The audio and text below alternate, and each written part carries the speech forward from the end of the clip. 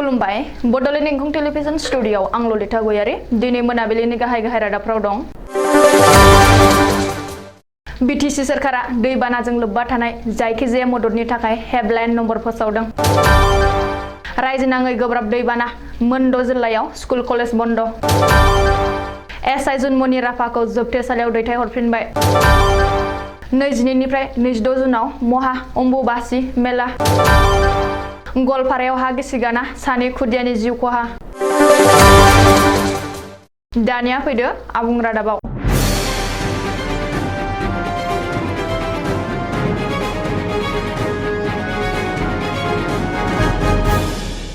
दैबाना आरो दैबानाजों सोमोन्दो थानाय जायखिजाया जेंना जेंगोना आरो मददनि थाखाय प्रमद बर'नि दैदेननाय बिटिसि सोरखारा मोनसे हेल्पलाइन नम्बर फोसावदों।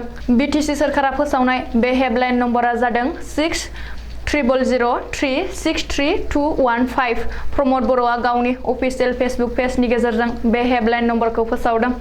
प्रमद बर'आ गावनि फेसबुक पेजआव फोसावनाय बादिब्ला बिटिआर हालामनि जायखिजाया ओनसोलाव दैबाना आरो दैबानाजों सोमोन्दो थानाय जेंना जेंगोना आरो मददनि थाखाय होखानाय हेल्पलाइन नम्बर 60003633215 आव फोरमायहरनो हागोन।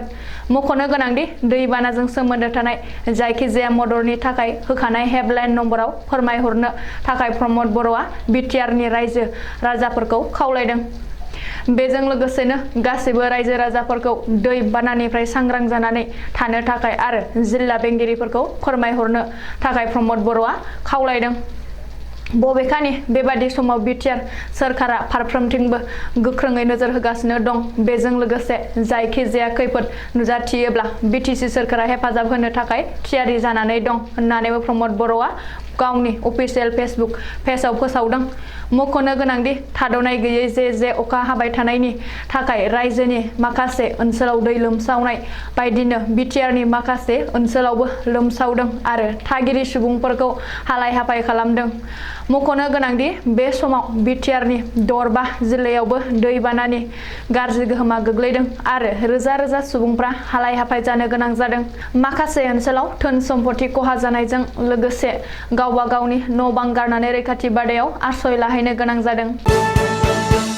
लान्थ्रियै जे अखा हाबाय थानायनि थाखाय रायजो नाङै खना खनला दै बानानि थासारि। रायजोनि माखासे दैमा दैसाफ्रा रुगुं उसिफावनायनि थाखाय माखासे ओनसोलनि थागिरि सुबुंफ्रा फिन हालाय हाफाय जाफिननो गोनां जादों। सरकारनि रिपर्ट बादिब्ला बोसोरनि नैथि दै बानानि थाखाय रायजोनि मोन 6 जिल्लायाव गासैबो स्कुल कलेज आरो सोलोंथायारि फसंथानफोरखौ बन्द खालामनो गोनां जादों। दै बानानि थाखाय स्कुल कलेज बन्द खालामनो गोनां जानाय जिल्लाफ्रा जादों नलबारि, बजालि, डिमा हासाव, बङाइगाव, हजाय आरो बाक्सा। बे जिल्लाफोराव दिनैनिफ्राय सानब्रैसिम स्कुल कलेजफोरा बन्द थागोन। बोथोर बिगियान बिफाना आसामाव रेड एलार्ट फोसावनायनि उनावनो मख'जानाय जिल्लानि जिल्ला बेंगिरिफोरा स्कुल कलेज आरो सोलोंथायारि फसंथानफोरखौ बन्द फोसावदों। रिपर्ट बादिब्ला बोसोरनि नैथि दैबानाया रायजो नाङै मोन 18 जिल्लायाव लोमसावनानै 1 लाखनिबो बांसिन सुबुंफोरखौ हालाय हाफाय जाहोदों।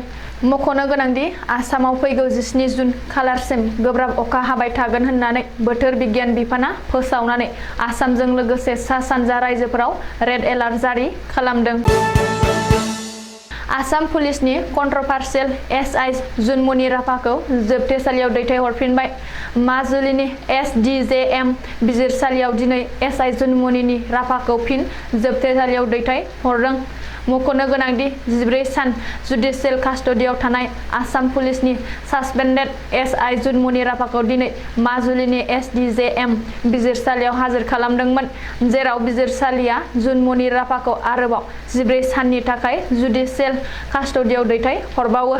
मिथिनो हानाय बादिब्ला एसआइ जुनमनि राफानि जामिनखौ बिजिरसालिया नेवसिगारनायनि उनाव जामिननि थाखाय गोजौ बिजिरसालियाव आर'जलाइ गथायनो लाहार फाहार खालामदों। मख'नो गोनांदि माजुलियाव दालाल राना फगाजों लोगो नांनानै माखासे सुबुंनिफ्राय रां जाख्ल'नायाव लोब्बा थानाय फोरमान जानायनि उनावनो एसआइ जुनमनि राफाखौ माजुलि पुलिसा एरेस्ट खालामनानै 14 साननि थाखाय जुडिशियेल कास्टडियाव दैथायहरनायनि उनाव नगाव पुलिसा जुनमनि राफाखौ साख्रिनिफ्राय सासपेन्ड खालामदोंमोन।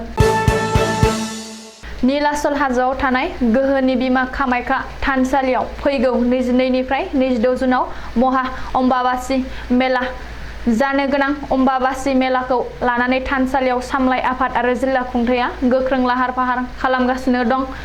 अम्बुबासि मेलायाव फैनाय सिबियारिफोरनि थाखाय गासिबो रोखोमनि खाबुखौ लाहार फाहार खालामदों थानसालियाव सामलाय आफाद आरो जिल्ला खुंथाया। बिनि बागै मन्त्रि जयन्त मल्ल बरुवाया फोरमायनाय बादिब्ला देग्लायनि अम्बुबासि मेलाखौ सिगां बोसोरफोरनि बादि रंजा बाजायै खुंनाय जानाय नङा। जेबो रोखोमनि भिआइपि आरो भिभिआइपि पास थानाय नङा। बबेखानि अम्बुबासि मेलायाव फैनाय 30,000 सिबियारिफोरनि थानायखौ टारगेट खालामनानै मोनब्रै जायगायाव थानाय आरो जानायनि थाखाय अरायथा नङै बादा खालामनाय जादों। फासि बाजारनि गोजाम जोबथेसालि, मालिगाव गौसालिनि मालिबागान गेलेग्रा फोथार, पान्डु गोजाम रेल स्टेशननि साखाथियाव आरो कामाख्या रेल स्टेशननि साखायाव बे मोनब्रै अरायथा नङै बादाफोरखौ बानायनाय जादों। बिनि अनगायैबो आइएसबिटि आरो मोननै रेल स्टेशनाव बासनि राहा खालामनाय जादों। गिबियाव गं 80 बासनि सिबिथाय थागोन आरो गोनां जायोब्ला बिनि बिबांखौ बारायगोन। बबेखानि कामाख्या थानसालिनि थांग्रा लामायाव गाखोलांनो थाखाय रेलिंनि खाबुखौ खालामनाय जागोन होननानैबो मन्त्रि जयन्त मल्ल बरुवाया फोरमायदों। आफां आसामनि गवालपारायाव हा गिसिगाना नखरसेनिनो सानै खुदियानि जिउ खहा। बे गिख्रंथाव हा गिसिखानाय जाथाया दिनै फुंनि 6 रिंगासोआव गवालपारा जिल्लानि आजमगढ़आव जादों। बे हा गिसिगानायाव जिउ गोमानाय नखरसेनिनो सानै खुदियाखौ हुसेन आली आरो आसमा खातुन होननानै सिनायथिदों। बिसोर सानैबो बिदा बिनानावमोन। रिपर्ट बायदिब्ला लान्थ्रियै जे अखा हाबाय थानायनि थाखाय आजमगढ़आव बे हा गिसिखानाय जाथाया जादों आरो बे जाथायाव सानै बिदा बिनानावा हा फबसिनजाना जाथायसालियावनो जिउ गोमायो। बे दुखुनांथाव जाथायनि बागै खौरां मोननायनि उनावनो एसडीआरएफ, अर खोमोरग्रा आरो पुलिस बिफाना जाथायसालियाव थांनानै रेस्किउ अपारेशन खालामो आरो सानै खुदियानि गोथै सहखौ बोखांहोयो।